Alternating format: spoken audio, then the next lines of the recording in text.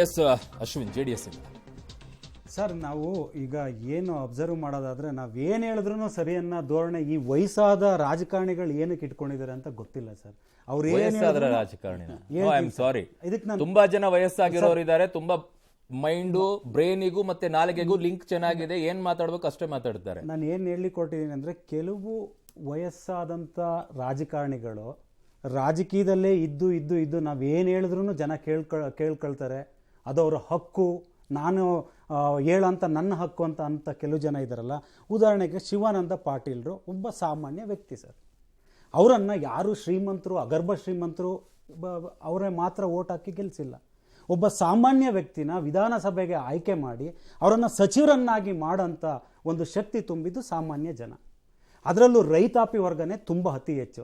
ಅದೇ ರೈತಾಪಿ ವರ್ಗದ ಮುಂದೆ ನೀವು ಪರಿಹಾರಕ್ಕೆ ರೈತ ಆತ್ಮಹತ್ಯೆ ಮಾಡ್ಕೊಳ್ತಾನೆ, ಬರಕ್ಕೆ ಕಾಯ್ತಿದ್ದಾರೆ ಅಂತ ಹೇಳಿದಾಗ ಆ ವ್ಯಕ್ತಿನ ಏನಂತ ಕರಿಬೇಕು ಸರ್? ಪುಕ್ಕಟ್ಟೆ. ಯಾರ ಮನೆಯಿಂದ? ನಿಮ್ಮ ಮನೆಯಿಂದನೇ ಏನಾದರೂ ಪುಕ್ಕಟ್ಟೆ ಕೊಡ್ತಿದ್ದೀರಾ? ನಿಮ್ಮ ಮಗಳು ಕಾರು ಉಪಯೋಗಿಸ್ತಿರೋದು ಪುಕ್ಕಟ್ಟೆ. ನೀವು ಭಿಕ್ಷೆ ತಗೊಂಡು ಮಾಡ್ತಿದ್ದೀರಾ, ಬಿಟ್ಟಿ ಹಣದಲ್ಲಿ ನೀವು ಆ ಶೋಕಿಗಳನ್ನ ಮಾಡ್ತಿದ್ದೀರಾ. ಅದೇ ಸಚಿವರು ನೀರು ಕುಡಿತಿದ್ದಾರಲ್ಲ, ಅದೇ ಸಚಿವರು ಏನು ಹೇಳ್ತೀವಿ ವೈದ್ಯಕೀಯವಾಗಿ ಒಂದು ಏನು ಗೌರ್ಮೆಂಟಿಂದ ಸಹಾಯ ಪಡ್ಕೊಳ್ತಾರಲ್ಲ, ಅದು ಪುಕ್ಕಟ್ಟೆ ರೀ. ನೀವು ಇದನ್ನೆಲ್ಲ ಹೇಳಿದಾಗ ಒಂದು ಶಾಲೆಯಲ್ಲಿ ಒಬ್ಬ ವಿದ್ಯಾರ್ಥಿ ತಪ್ಪು ಮಾಡಿದ್ರೂ ಒಂದು ಸ್ಕೂಲ್ ಟೀಚರ್ ಆಗಲಿ, ಪ್ರಿನ್ಸಿಪಲ್ ಆಗಲಿ ಶಿಕ್ಷಿಸೋ ಅನ್ನೋ ಒಂದು ಶಕ್ತಿ ಇದೆ. ಇದೇ ಒಂದು ಕ್ಯಾಬಿನೆಟಲ್ಲಿ ಒಂದು ಹೇಳಿಕೆ, ಸಿದ್ದರಾಮಣ್ಣವ್ರು ಒಂದು ಸಿಂಪಲ್ ಹೇಳಿಕೆ, ಆ ವ್ಯಕ್ತಿನ ನಾನು ಕ್ಲಾಸ್ ತಗೊಳ್ತೀನಿ, ನೀನು ಮಾತಾಡಬಾರ್ದಪ್ಪ ಅನ್ನೋ ಒಂದು ಶಕ್ತಿನೂ ಆ ಕ್ಯಾಬಿನೆಟಲ್ಲಿರೋ ಒಬ್ಬ ಪ್ರಿನ್ಸಿಪಾಲ್ ಅಂತ ಹೇಳ್ಸ್ಕೊಂಡಿರೋ ಮುಖ್ಯಮಂತ್ರಿಗೂ ಇಲ್ಲ ಅಂದಾಗ ನೀವು ರೈತರನ್ನ ಏನು ತಿಳ್ಕೊಂಡಿದ್ದೀರಾ?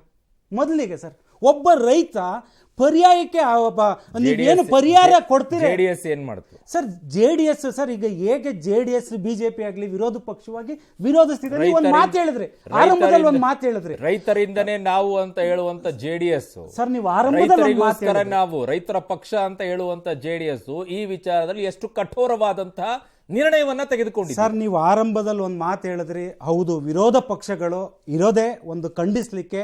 ಈ ರೀತಿ ಎಲ್ಲೂ ತಪ್ಪು ಒಂದು ಜನಸಾಮಾನ್ಯ ಮೇಲೆ ದಬ್ಬಾಳಿಕೆ ಆಗುತ್ತೆ, ಬೇಕಾಬಿಟ್ಟು ಇವರು ಗದಾಪ್ರಹಾರ ಮಾಡ್ತಾರೆ, ಮಾತಿನ ಮುಖಾಂತರ ಜನಸಾಮಾನ್ಯರನ್ನ ಕಡೆಗಣಿಸ್ತಾರೆ ಅಂತ ಅಂದಾಗ ವಿರೋಧ ಪಕ್ಷಗಳು ಆರಂಭದಲ್ಲಿ ನೀವು ಒಂದು ಮಾತು ಹೇಳಿದ್ರೆ ಅದನ್ನ ನಾನು ಒಪ್ಕೊಳ್ತೀನಿ.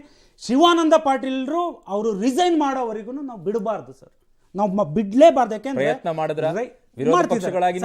ಇವತ್ತು ಎಲ್ಲ ಮಾಧ್ಯಮದಲ್ಲಿ ನೋಡ್ಬೋದು, ಮಾಧ್ಯಮದಲ್ಲಿ ಪ್ರತಿಯೊಬ್ರು ಹೇಳಿಕೆಗಳನ್ನ ಕೊಟ್ಟಿದ್ದಾರೆ, ರಸ್ತೆಗಿಳಿದಿದ್ದಾರೆ ಸರ್, ಪ್ರತಿಭಟಿಸ್ತಿದ್ದಾರೆ. ಇದನ್ನ ನಾನು ಖಂಡಿಸ್ತೀನಿ. ಯಾಕೆಂದ್ರೆ 2 ದಿನಗಳ ಹಿಂದೆ ಒಂದು ಓಲೈಕೆ ರಾಜಕಾರಣ ಮಾಡ್ಲಿಕ್ಕೆ ಹೋಗಿ ಅಲ್ಪಸಂಖ್ಯಾತರಿಗೆ ಓಲೈಕೆ ಮಾಡ್ಲಿಕ್ಕೆ ಹೋಗಿ ಒಂದು ಹೇಳಿಕೆ ಕೊಡ್ತಾರೆ, ಬಹುಸಂಖ್ಯಾತರು ಅಲ್ಪಸಂಖ್ಯಾತರು ತಿರುಗಿ ಬೀಳ್ತಾರೆ ಅಂತೇಳಿ 24 ಗಂಟೆನಲ್ಲೇ ಆ ಹೇಳಿಕೆಯನ್ನು ವಾಪಸ್ ಪಡಿತಾರೆ. ಹೀಗೆ ಕೆಲವು ಒಂದು ಜನಪ್ರತಿನಿಧಿಗಳು ಬೇಕಾಬಿಟ್ಟು ರೈತರನ್ನು ನೀವು ತುಚ್ಛವಾಗಿ ನೀವು ಕಾಣೋದಾದ್ರೆ ನಿಮ್ಮನ್ನ ಏನಂತ ನಾವು ಫೇಲ್ ಆಗಿದ್ದೀರಾ ಅಂತ ಅನಿಸ್ತಾ ಇಲ್ವಾ ನಿಮಗೆ ಸರ್? ವಿರೋಧ ಪಕ್ಷವಾಗಿ ನೀವು ಫೇಲ್ ಆಗಿದ್ದೀರಾ ಸರ್? ಖಂಡಿತ. ಕಳೆದ 6 ತಿಂಗಳಲ್ಲಿ ಒಂದೊಂದು ಅವರು ಏನೇನು ಪಾಟೀಲ್ ಅವರ ವಿಚಾರದಲ್ಲಿ ನೀವು ಫೇಲ್ ಆಗಿದ್ದೀರಾ ಅಂತ ಅನಿಸ್ತಾ ಇಲ್ವಾ ಸರ್? ಇಲ್ಲ, ಖಂಡಿತ. ಶಿವಾನಂದ ಪಾಟೀಲ್ ನಾನು ಈಗಲೂ ಇಷ್ಟೊತ್ತಿಗೆ ಅವರು ರಿಸೈನ್ ಕೊಟ್ಟು ಮನೆಗೆ ಹೋಗ್ಬೇಕಾಗಿತ್ತು. ವಿರೋಧ ಪಕ್ಷ ಪಾಟೀಲ್ರಿಗೆ ನೇರವಾಗಿ ನಿಮ್ಮ ಮಾಧ್ಯಮದ ಮೂಲಕ ಕೇಳ್ತೀನಿ, ಆ ಸಕ್ಕರೆ ಸಚಿವರಿಗೆ ಯಾವ ಭಾಗದಲ್ಲಿ ಯಾವ ಜಲಾನಯ ಪ್ರದೇಶದಲ್ಲಿ ಎಷ್ಟು ಸಕ್ಕರೆ ಬೆಳೀತಾರೆ ಅಂತ ಆ ಎಪ್ಪಂಗ್ ಗೊತ್ತಿಲ್ದಾರ ಅಂತ ಒಬ್ರ ತಗೊಂಡ್ ಬಂದು ನೀವು ಸಚಿವರನ್ನಾಗಿ ಮಾಡಿ ಅದೇ ರೈತರನ್ನ ನೀವು ಬೈಕೊಂಡು ಓಡಾಡ್ತೀರಾ ಅಂದ್ರೆ ನಿಮಗೆ ಯಾವ ಸಕ್ಕರೆ ಬೆಳೆಯೋದು ಬೇಡ ಅಶ್ವಿನ್, ಸಕ್ಕರೆ ಬೆಳೆಯೋದು ಬೇಡ. ಕಬ್ಬಿನ ಬಾಕಿಗಳನ್ನ ಯಾವ್ಯಾವ ಫ್ಯಾಕ್ಟರಿಗಳು ಉಳಿಸ್ಕೊಂಡಿದ್ದಾರೆ ಅದನ್ನ ಕೊಡಿಸ್ಬಿಟ್ರೆ ಸಾಕು, ರೈತರು ಸಾಕಾಗುತ್ತೆ. ಅದ್ರ ಬಗ್ಗೆ ಮಾತನಾಡೋಕಾಗದೆ ಇರುವಂತ ಸಚಿವರು ಇನ್ನುಳಿದೆಲ್ಲ ಮಾತನಾಡ್ತಾರೆ ಸರ್. ಒಬ್ರು ಸಕ್ಕರೆ ಸಚಿವರು ಆ ರೀತಿ ಮಾತಾಡ್ತಿದ್ದಾರೆ ಅಂದಾಗ ರೈತರಿಗೆ ಅವರು ಓಪನ್ ಆಗಿ ಹೇಳ್ತಿದ್ದಾರೆ, ನೀನ್ ಸಾಯದೇ ಪರಿಹಾರಕ್ಕೋಸ್ಕರ ಬರಕ್ಕೆ ನೀನ್ ಕಾಯ್ತಿದೀಯ ಅಂದಾಗ ಇಂಥವ್ರು ಈ ಸರ್ಕಾರದ ಹತ್ರ ನಾವೇನು ಎಕ್ಸ್ಪೆಕ್ಟ್ ಮಾಡ್ಬೋದು ಸರ್? ನೋಡ, ಅವ್ರು ಇನ್ನೂ ಕ್ಯಾಬಿನೆಟ್ ಅಲ್ಲಿ ಮುಂದುವರೆದ್ರೆ ನೀವು ಫೇಲ್ ಆಗಿದ್ದೀರಾ ಅಂತ ಅರ್ಥ. ವಿರೋಧ ಪಕ್ಷಗಳು ಸರ್ಕಾರ ಅವರನ್ನ ಇನ್ನೂ ಮುಂದುವರಿಸಿದ್ರೆ ಸ್ವಾಭಿಮಾನ, ಮಾನ, ಮರ್ಯಾದೆ, ನಾಚಿಕೆ ಎಲ್ಲವೂ ಕೂಡ ಬಿಟ್ಟು ಈ ಸರ್ಕಾರ ಮುಂದುವರಿತಾ ಇದೆ ಅಂತ ಅರ್ಥ ಆಗುತ್ತೆ. ಅವ್ರು ಇನ್ನೂ ಮುಂದುವರಿಸ್ಕೊಂಡು ಹೋದ್ರೆ, ಇಲ್ಲ ಕಿತ್ತು ಬಿಸಾಕಿ ಅವರನ್ನು. ಮಾನ್ಯ ನಟರಾಜೇಗೌಡ್ರೆ, ಹಿಜಾಬ್ ವಿಚಾರದಲ್ಲಿ ಮಾನ್ಯ ಮುಖ್ಯಮಂತ್ರಿಗಳು ಸ್ಟೇಟ್ಮೆಂಟ್ ಅನ್ನು ಕೊಟ್ಟರಲ್ಲ, ಮಾನ್ಯ ಮುಖ್ಯಮಂತ್ರಿಗಳು ಏನ್ ಸರ್ ಇನ್ನೂ ಎಷ್ಟರ ಓಲೈಕೆ ಆಗಬೇಕು ಅಂತ ಯೂನಿಫಾರ್ಮ್ ವಿಚಾರದಲ್ಲಿ ಮಾತನಾಡಿರೋದು. ರೂಲ್ಸ್, ನಿಯಮ ಇದೆ. ಯೂನಿಫಾರ್ಮ್ ಇರುವಂತಹ ಜಾಗಗಳಲ್ಲಿ ಬೇರೆ ಹಿಜಬ್ಗಳಿಗೆ ಅಂದ್ರೆ ಒಂದು ಧರ್ಮವನ್ನ ಬಿಂಬಿಸುವಂಥದಕ್ಕೆ ಅವಕಾಶಗಳಿಲ್ಲ ಅಂತ ಹೇಳಿ ಅದನ್ನು ಎಲ್ಲದಕ್ಕೂ ಕಂಪೇರ್ ಮಾಡ್ತಾ ಇದ್ದೀರಲ್ಲ, ಆಚೆ ಹಾಕೊಂಡು ಓಡಾಡೋದಕ್ಕೂ ಇದಕ್ಕೂ ಇಲ್ಲ ಎಲ್ಲದಕ್ಕೂ ಕಂಪೇರ್ ಏನಂತ ಬಯಸ್ತಾ ಇದ್ದೀರಿ, ಏನ್ ಮಾಡ್ಬೇಕು ಅಂತ ಇದ್ದೀರಿ? ಎಲ್ಲದಕ್ಕೂ ಬಯಸೋದಿಲ್ಲ. ಅದು ನೋಡಿ, ಹಿಜಾಬ್ ಅನ್ನೋದು ಮಹಿಳೆಯರ ಒಂದು ಶಿರವಸ್ತ್ರ. ಅದು ಏನು ಮುಖ ಮುಚ್ಚುವಂಥದ್ದಲ್ಲ. ಅದನ್ನ ಆ ಹುಡುಗಿಯರು ಅಥವಾ ಶಾಲಾ ಬಾಲಕಿಯರು ಶಾಲಾ ಕಾಲೇಜ್ಗೆ ಹೋಗ್ಬೇಕಾದ್ರೆ ಹಾಕೊಂಡು ಹೋಗೋದು ಅದು ಸಮವಸ್ತ್ರದ ಒಂದು ಭಾಗ ಆದರೂ ಏನು ತಪ್ಪಿಲ್ಲ.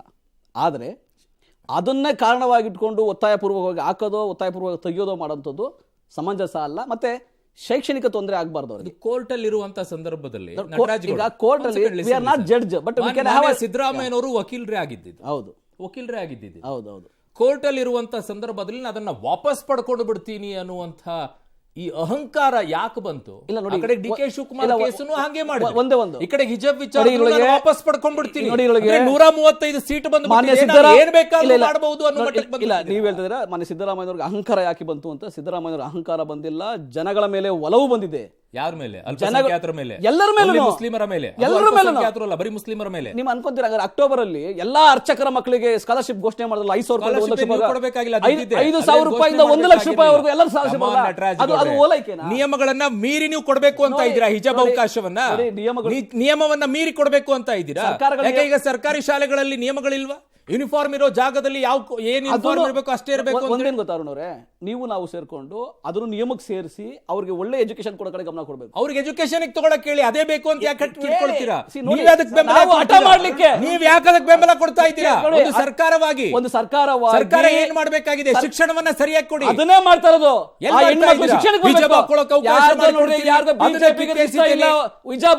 ಡ್ರಾಮಾ ಮಾಡ್ತಾ ಇಲ್ವಾ ಜನಕ್ಕೆ? ಸರ್ಕಾರ ಡ್ರಾಮಾ ಮಾಡ್ತಾ ಇಲ್ವಾ ವಿಚಾರದಲ್ಲಿ? ಸರ್ಕಾರ ನೋಡಿ, ಆ ಹೆಣ್ಣು ಮಕ್ಕಳಿಗೆ ಸ್ವಾಭಿಮಾನದಿಂದ ಕಲ್ತ್ಕೊಳ್ಳಿ. ಅಲ್ಪಸಂಖ್ಯಾತರ ಹಿತ ಕಾಪಾಡಂತವ್ರೆ ಕೊಟ್ಟ ಹೇಳಿಕೆನ ವಾಪಸ್ 24 ಗಂಟೆ ಒಳಗಡೆ ತಗೊಂಡ್ರಿ ಅಂದ್ರೆ ಸಮರ್ಥಿಸ್ಕೊಳ್ಳೋ ಅಷ್ಟು ನಿಮ್ಮಲ್ಲೇ ಇರ್ಲಿಲ್ಲ. ವಾಪಸ್ ಪಡೆಯೋ ಪ್ರಮೇಯನೇ ಇಲ್ಲ ರೀ. ಮುಖ್ಯಮಂತ್ರಿ ಆ ಹೆಣ್ಣು ಮಕ್ಕಳಿಗೆ ಅನುಕೂಲ ಆಗ್ಬೇಕು, ಅವರ ವಿದ್ಯಾಭ್ಯಾಸಕ್ಕೆ ಅನುಕೂಲ ಆಗ್ಬೇಕು, ಅವರು ಶಾಲಾ ಕಾಲೇಜ್ ಹೋಗ್ಬೇಕು, ಅವ್ರು ಓದ್ಬೇಕು, ಮುಂದೆ ಬರ್ಬೇಕು. ಅದಷ್ಟೇ ಮುಖ್ಯ. ಅಲ್ಪಸಂಖ್ಯಾತರ ಪರವಾಗಿ ಇಡೀ ದೇಶದಲ್ಲಿ ಸಮರ್ಥಿಸ್ಕೊಳ್ಳಕ್ ಆಗದಷ್ಟು ಕಾಂಗ್ರೆಸ್ ಬಲಹೀನ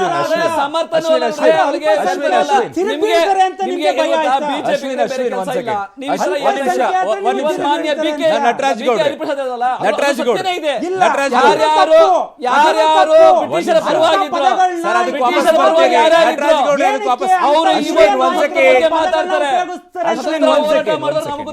ಗೌಡ್ರ, ಆ ವಿಚಾರಕ್ಕೆ ಬರ್ತೀನಿ, ಬೂಟ್ ನೆಕ್ಕೋ ವಿಚಾರಕ್ಕೆ ಬರ್ತೀನಿ. ಯಾರ್ಯಾರು ಬೂಟ್ ನೆಕ್ಕಿದ್ರು ಇತಿಹಾಸದಲ್ಲಿ ಗೊತ್ತಿದೆ, ಯಾರ್ಯಾರಿಗೆ ಯಾವ್ಯಾವ ಫೆಸಿಲಿಟಿಗಳು ಸಿಕ್ಕಿತ್ತು, ಅವ್ರು ಯಾವಾಗ ಬೂಟ್ ನೆಕ್ಕಿದ್ರು, ಅದಕ್ಕೆ ಬರ್ತೀನಿ ನಾನು ವಾಪಸ್ಸು.